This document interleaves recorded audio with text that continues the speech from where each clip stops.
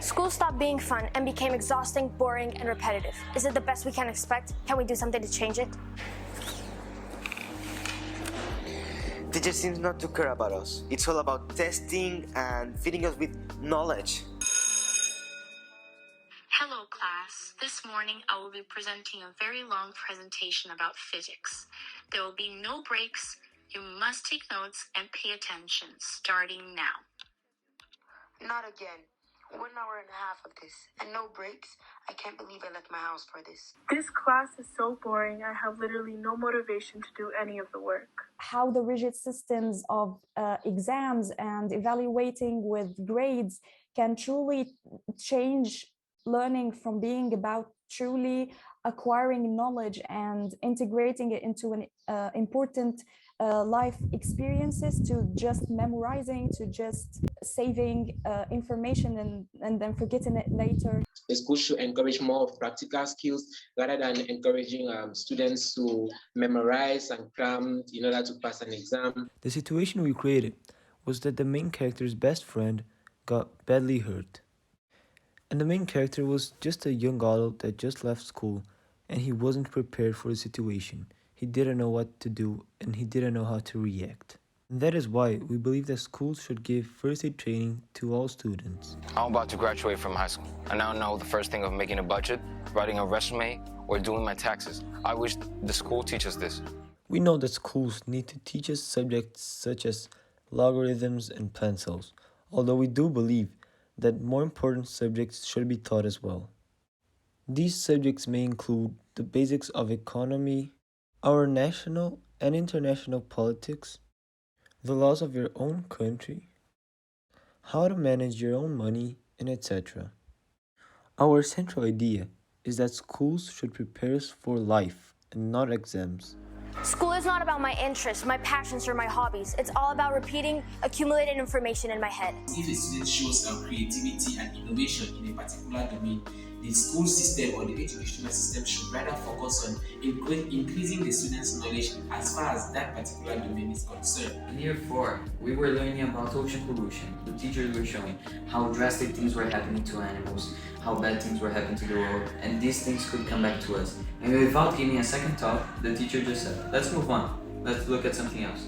And I was thinking, you're not going to say anything on how we can change that, how we can help the world. We should start creating courses and subjects right at the basic primary school level, where students can be able to learn things like SDGs, climate change, and other global issues. Why don't school teach us through real-life experiences, not only from textbook, but in real hands-on activities?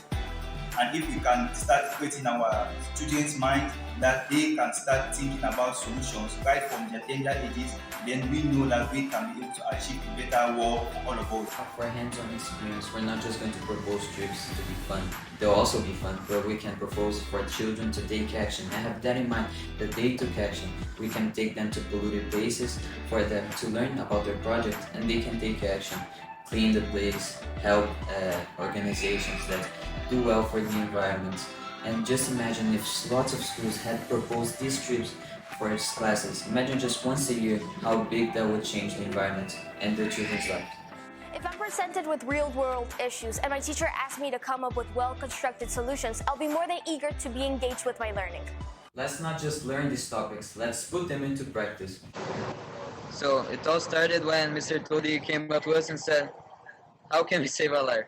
And we went to donate stuff, warm clothes, because now here in Brazil it started to suddenly get cold. So we decided to donate some clothes, food to some people in the streets. And we all arranged this from one day to another, so it was a lot of planning and organized skills. We always donate, but it's to like a charity, and we never give it like us to them, like firsthand, physically, and it was a whole different experience. We know that this is happening, but we don't know how real it is. We decided that we need to focus more on kindness and empathy and helping others, not only thinking about ourselves, like my grades, my future, my job, my life, but how we could help others. Yeah, more times we do it, the more better we'll get at helping people. That's why I believe we can do stuff like this more often. We're not sure if we saved a life, but we think that we really changed a life, theirs and ours. All of us have agreed completely on is the importance of integrating mental health and well-being of students and both also teachers. I should be learning healthy ways to cope with and manage my anxiety. Why can't I cope with failure? Why, when things don't go my way, do I get so frustrated? We want to do kind of like an association of the parents and students and like the whole community about like if we have any problems or anything that we want to like report to help our community get better, we need to like communicate with everyone as like a whole. It will also be helpful if we had trusting adults that could support us with our social emotional needs. What about mindfulness that helps us reduce stress, better cope with our personal fears, our anxieties, our insecurities, or even our self-esteem? Do you ever get tired of school? Studying hours and hours with no pause for exercise can be very stressful. This boy Roberto feels the same way. After endless studying, he feels burnt out. He can't learn anymore. It's as if his brain were full. Until a notification pops up in his telephone. Dear learners, after thorough research of scientific studies, we teachers have found out that physical activities before and during learning will help with focus, performance in classes and exams.